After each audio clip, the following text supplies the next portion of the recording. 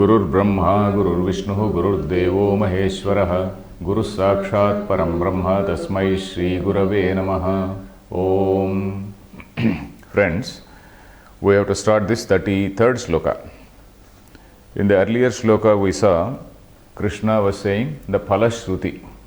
If you follow Karma Yoga, what are you going to get? And if you do not follow Karma Yoga, what is it that you are going to lose? So that is what he said. If you follow this, say Karma Yoga, ye janaha shraddhavantaha mama matam anutishtanti, those people who follow or those who implement my teaching in a perfect way, they will be freed from karma, he said in 31st shloka.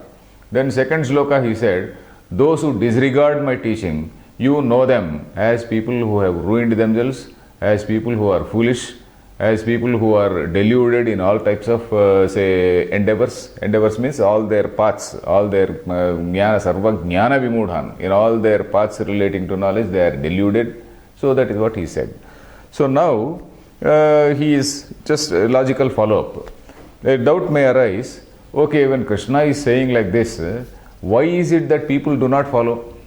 Okay, Lord Krishna has made it very clear. Okay, this is what is Karma Yoga. This is how Jnani's, this is what is Jnani's attitude to action. But you are not a Jnani, so you follow Karma Yoga. And then when he so clearly said, a doubt will arise as to why people do not follow. So the natural answer has to be found somewhere. So that answer he is giving here. So what he says is, every person is born with some latent tendencies. A person is born with some tendencies, and those tendencies depend on the good or bad deeds done by him in earlier lives. So all these good or bad deeds which a person does in earlier lives, so they are all there as vasanas, they are there as samskaras, they are there as indelible impressions, they are there as predispositions. So they are called the samskaras or vasanas. So with all that baggage, a person is born. So with all that, he has got a predisposition, he has got an inkling, he has got an aptitude to do a particular thing. So because of that, some people they follow, some people do not follow what Krishna is saying. So that is the next shloka. So I will read this shloka. Sadrusham cheshtate swasyah prakruter jnanavanapi. I should not break it at swasyah. Swadrusham cheshtate swasyah prakruter jnanavanapi prakrutim yanti bhutani nigraha kim karishyati. I repeat, Sadrusham cheshtate swasya prakruter jnanavanapi prakrutim yanti bhutani nigraha kim karishyati. So the overall meaning, as I said, is every being, so not only every being, even an intelligent being, a jnanavan api, even an intelligent being, a person, even an intelligent being is born with that load of vasanas, with that baggage of vasanas. There is a vasana means all the impressions of the actions done in previous janmas, previous births. So all those things, that is what is called Prakriti. And then that Prakriti is manifest now in this life. Whatever has been done earlier, those impressions, they are manifesting as the personality or the swabhava of a person in this life. And a person is, he tends to act in that manner unless consciously checks it. Unless consciously checks it, he tends to go in that direction only. There is a tendency to go in a direction. So you have to consciously stop it and move it in a proper direction. If you are already going in a right direction, it is okay. But if you are going in a wrong direction, you have to consciously stop it. So that is the, of course, the second point he is not saying in this shloka, he is saying in the next shloka. So in this shloka he is saying, say all beings, they follow that Prakriti, the latent tendencies, and Krishna himself, Krishna almost in a rather desperate tone, he says, this nigraha or restraint, nigraha is not able to rectify them. Those people who have got very strong previous tendencies, if the previous tendencies are too strong, they go in a bad way. So if they are in a normal situation, this fellow can rectify himself. Or if the impressions in this life are again too strong, then he may change the course also. Suppose there is a very bad, negative baggage. Suppose in this life he has very strong positive baggage, suppose, then all that thing will go away and then he will get into a proper course. So in the case of a normal man who is not following what Lord Krishna has said, we have to presume that in spite of his efforts, he is not able to come to the right path because of the heavy baggage of the previous impressions. So that is what is the shloka. So this the overall shloka, if you see the words, sadrusham cheshtate swasyaha prakrutehe plus jnanavanapi, prakruter jnanavanapi, prakrutehe jnanavanapi, that is prakruter jnanavanapi, jnanavan plus api, jnanavan api. Jnanavan api means even an intelligent man. Api means even. Jnanavan api, even a jnanavan, even an intelligent man. Then prakrutim yanti bhutani nigraha kim karishyati. All simple words. Let us see the meaning, how they are connected. The first line, if you take, what is the verb here? Cheshtate. Cheshtate means acts. He performs. Cheshta means an activity. Cheshtate. Saha cheshtate means he goes in that manner, or he performs, or he acts in that manner. So that is it. He acts in that manner. Then in what manner? Sadrusham cheshtate. He follows that. What? Swasyaha prakrute sadrusham. Swasyaha prakrutehe. Prakriti means not say this Prakriti Maya in this particular context. Prakriti here means the latent impressions of past karmas which have manifested in this life.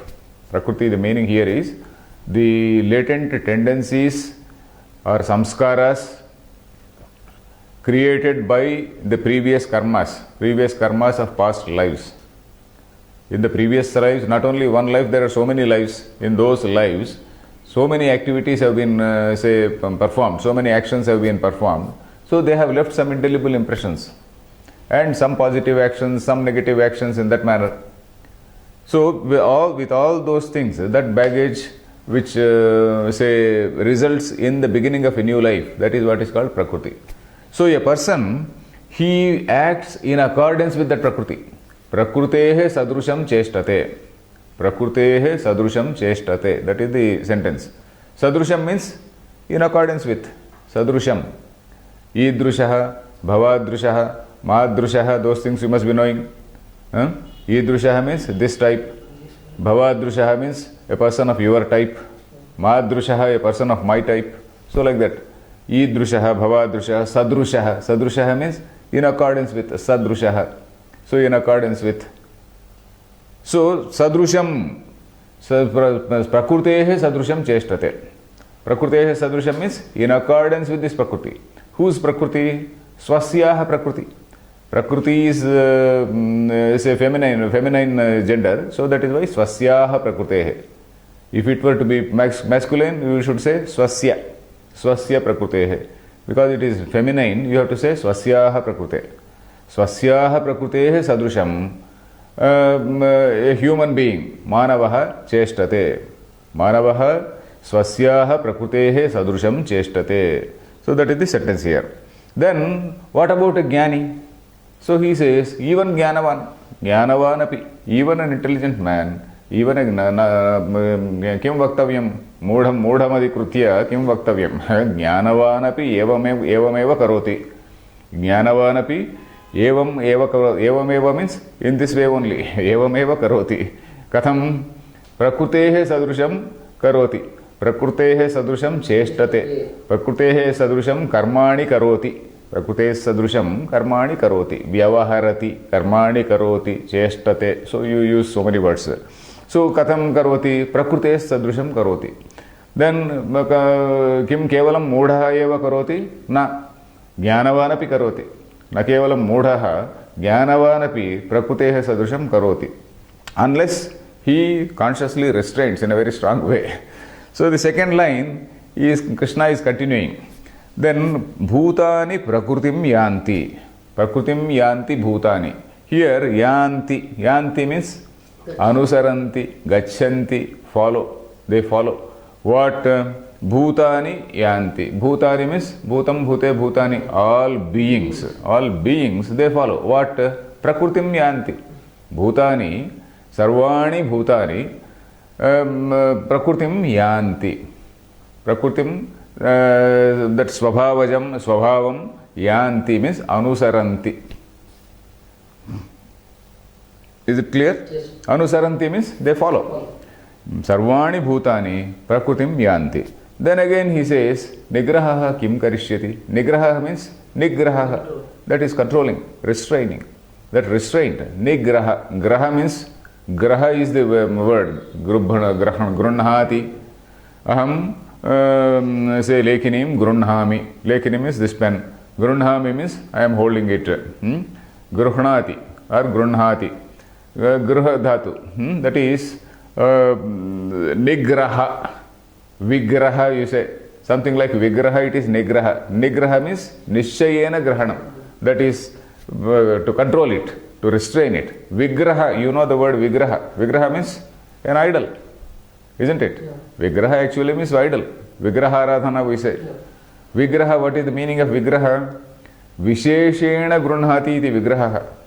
Visheshena Bhagavataha Tattvam Grunhati iti Vigraha. That is, you are keeping it as a sort of means. You are keeping it as a sort of, say, a stepping stone. You see, Vigraha is something like a stepping stone to know the nature of that reality. So, you are keeping that, say, idol in front of you and you are meditating on the nature of the deity. Okay, Vishnu, suppose you say Vishnu. Vishnu is so 4 hands. 4 hands means this, the 4 Purusharthas. That Purushartha, the person he is giving all the 4 Purusharthas, that is one thing. Or one is, that is Abhaya Hasta and one is Varada Hasta. So you are contemplating on the nature of a Saguna God. Saguna God means a deity with attributes. So a God who is having some attributes, somebody who is giving you something, somebody who is rewarding the good people and punishing the bad people. So that type of thing. Or it may be a meditation on Om. For meditation on Om, there is no symbol in front of you. There is no Vigraha. Suppose you are having some Vigraha of Lord Shiva. So Lord Shiva, that symbolism will be there in some Purana, Shiva Purana or something like that. So that Vigraha is something Visheshena Grunhati. So all those aspects, all those things which are described by words, they are there physically shown as a, say, human form. So that is what is a Vigraha. So Vigraha is only to facilitate meditation. So that is Vigraha. Okay, coming back to this Nigraha. Nigraha means to restrain. Nishchayena Grahanam. Nigraha kim karishyati. What can Nigraha do? What can restraint do? Of course, Krishna is not throwing up his hands. He is telling in the next shloka, he is saying that you have to jolly well control. So if Krishna also throws up his hands, then what is it? Every man is born with some latent tendencies, and every man he will perform either good deeds or bad deeds. Then what is the use of Shastra? What is the use of Gita? What is the use of a teacher? What is the use of Vedas? What is the use of all this Karma Kanda? What is the use of Bhakti? What is the use of all this? So many steps for self-purification and whatnot. There is no use. So Shastra cannot become useless. Shastra cannot and should not become useless. People will indulge in all types of criminal deeds. So we are, our Siddhanta, our doctrine is, though a human being is born with some latent tendencies to function in a particular way, still he has got the free will. He has got the free will to choose his actions in this life. He has got the free will. He has got the intelligence. He has got the desire. He has got that potential to do whatever actions he wants to do in this life. So that is, there is a combination of what we call determinism and free will. Determinism is the idea, or the idea, okay, doctrine is a very big word. Determinism is the idea that a person is just hardwired. A person is hardwired, or he is determined, he is destined to go in a particular way. It is something like a program. He is something like a programmed person. He is something like a robo. He is something like a robo. But man is not like a robo. Man, he may be having some program. He has come with a program in his mind. But then that program can change also. Something like a computer programmed, being is not like that. That program can change also. So that is what is free will. So we accept a combination of some little bit of determinism and free will. So that free will part, Krishna is saying in the next shloka. So this particular shloka, this Sadrusham Cheshtate Swasya, is it clear? Swasya meaning of Swasya, one's own. Swasya. Tasya is his. Tasya is his. Mama, that is mine. Swasya, one's own. You see, when you use that word one's own. So this is Swasya means one's own. Swasyaha Prakriti. Swasya Prakriti, because Prakriti is in feminine, you have to say Swasyaha Prakrutehe. Otherwise you will say Swasya Prakrutehe. So is it clear? Yes. Okay, we will see the next shloka. Next shloka, he is giving about, he is telling, Krishna is saying what a human being has to do. Because Krishna cannot throw up his hands and say, okay, everything is determined by Prakriti, everything is determined by your past karma, and nobody can do anything. People can indulge in all types of activities and say, this is how I am programmed. So it is not like that. So this shloka I will read. Indriyasyendrayasyarthe ragadveshau vyavasthitau tayorna vashamagachet tau hyasya paripanthinau. I repeat. Indriyasyendrayasyarthe ragadveshau vyavasthitau tayorna vashamagachet tau hyasya paripanthinau. So that is the shloka. So the overall meaning is like this. You see, there are the senses, 5 senses. And then we also have the sense organs. Sense objects. The sense is there, the sense organ is there, and then the sense object is there. And then this sense of sight or sense of sound, sense of whatever it is, it always wants some pleasant thing. It always wants something which is good, which is pleasing to the sense. So there is a sense object outside. So my mind goes after that sense object. So that is how a human being is structured. So indriyasya, for this indriyarthe, in all these objects of senses, you either have a raga, you either have a liking or some dislike. You may immediately like something, you may dislike something. So this is something which is structured. It is something which is a vyavastha. It is something which is a sort of structure. This is how this is made. And a human being is supposed to think. A human being is supposed to do some discrimination about what is this. And he has to discriminate why he is getting attached to a thing, why he is disliking a thing. So this raga and dvesha. Raga is attachment, dvesha is hatred. So likes and dislikes. A wise man, he is supposed to think and then he is supposed to grow above it. He is supposed to grow above this love and hatred. So that is what is the meaning of this shloka.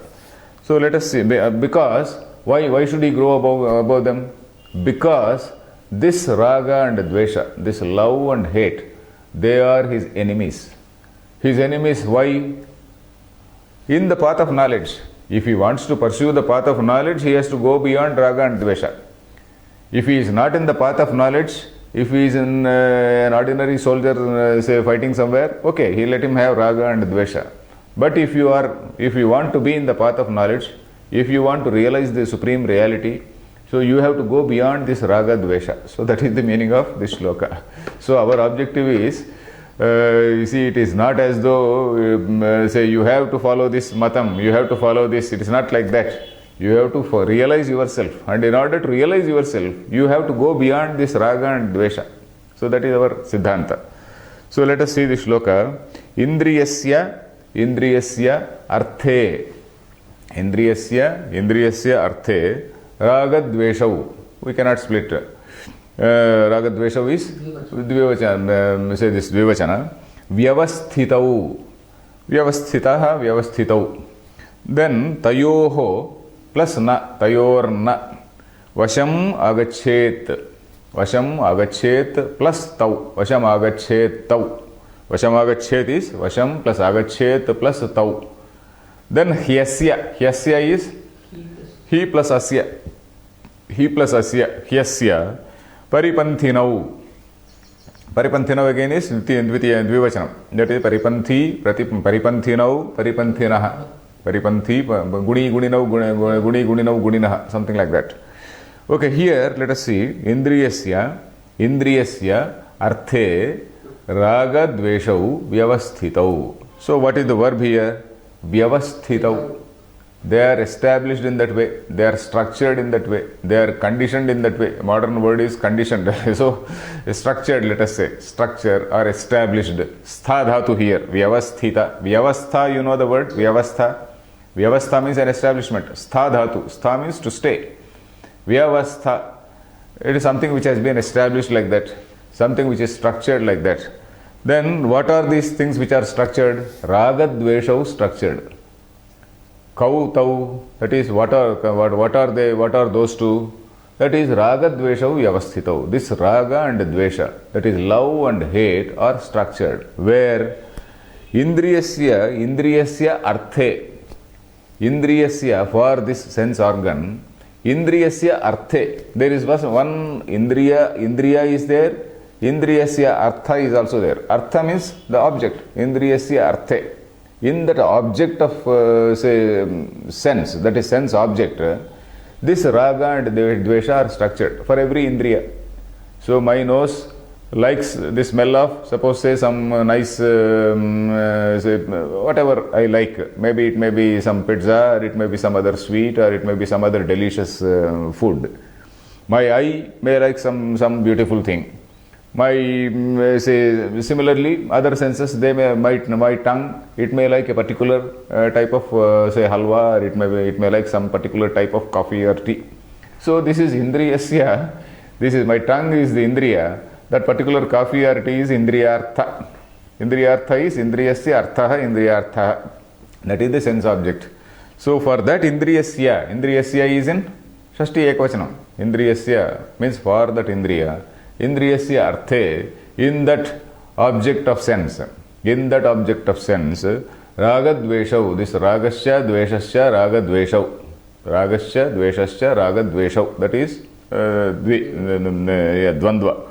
Then vyavasthitau, raga dveshau dvandva samasa, vyavasthitau.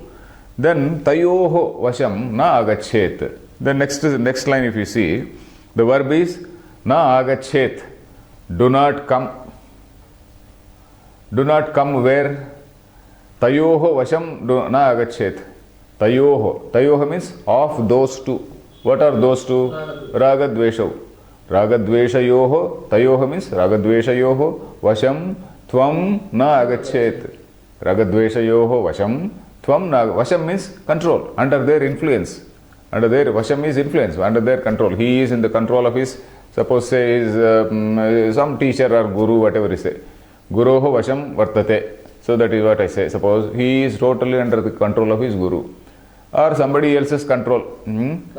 Paravashaha. That is paravashaha means he is under the control of somebody else. Bharyayaha vasham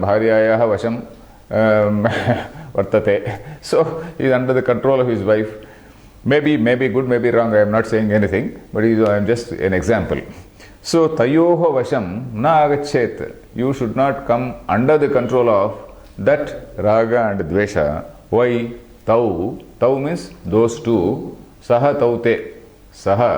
Ragaha and dvesha, they are both masculine. So that is why they are referred by tau. Tau, he means yasmat. Because why you should not come under their control? Why not happily I love something, I hate something? Why can't I be like that?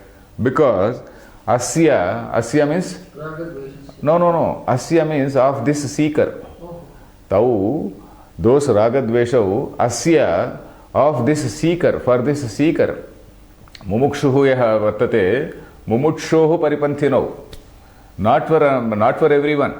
Not for everyone. These raga and dvesha, they are enemies only for a seeker. They are friends for all other people. Raga and dvesha are jolly well, they are nice friends. You like something, you fall in love with something, you hate something.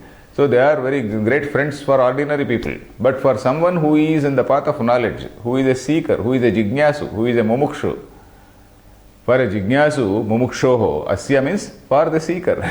Asya mumukshoho, tau means ragadveshau, paripanthinau. Paripanthi means an opponent. Paripanthi. Paripanthi means an opponent. These two are opponents. Raga and Dvesha are opponents because this man is trying to free his mind from all all types of dirt. But then suddenly he is enraged by something which happens. Some other person causes some harm and then he gets angry. So like that, this Raga and Dvesha, they become his enemies. His dedication to meditation, it gets disturbed. So he cannot control his mind. So first of all he has to meditate on the nature of this Raga Dvesha. First of all he has to meditate on the nature of this Raga Dvesha and then get rid of them, and only then he can meditate on God. If he tries to only do puja, the Raga Dvesha are not eliminated. So first of all he should also meditate on Raga and Dvesha, what is the nature of this Raga and Dvesha, and then get rid of them, and then meditate on the Supreme. So here this is the overall meaning of the construction here. Raga Dveshau putra vyavasthitau. Indriyasya artha. Indriyasya, for this Indriyasya Raga Dveshau putra vyavasthitau. Where are they structured? Indriyasya arthe vyavasthitau. That is, in the sense object they are there. Then what is the advice given to us? Tayoho vasham na agachet. Tvam tayoho ragadveshayoho vasham tvam na agachet. Don't come. That is, na agachet is imperative. Lot. Gacha, gam dhatu, agachet. You don't come under this. Na agachet. Don't come under the influence of these two. Why? Because he means because tau, those ragadveshau, asya means asya manujasya, asya manavasya, asya mumukshoho, sadhakasya, asya sadhakasya, paripanthinau, they are the enemies, they are the shatruhu, shatravaha, shambhuhu, shambhavaha, like that, tau, tasya sadhakasya, shatru. That is paripanthinau, shatru. So that is the meaning. That is the general, that is the overall word meaning here. And grammar, there is nothing much about the grammar here. Raga dveshu vyavasthitau paripanthinau is dvivachanam, I explained. Na vasham agachet. Okay.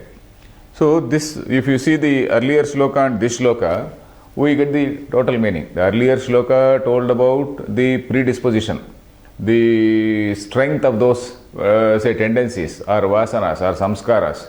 But all those strength, all that thing can be neutralized by making proper effort. So that is what is advised here. Tayoho vasham na agachet. Don't come under their influence. That means a human being has to make some effort and then see that he doesn't go under the control of those raga and dvesha. So Prakriti may like to drag him in a particular way, but this person has to free himself from that and then come away from that Prakriti's influence. So that is the meaning here. We will continue next.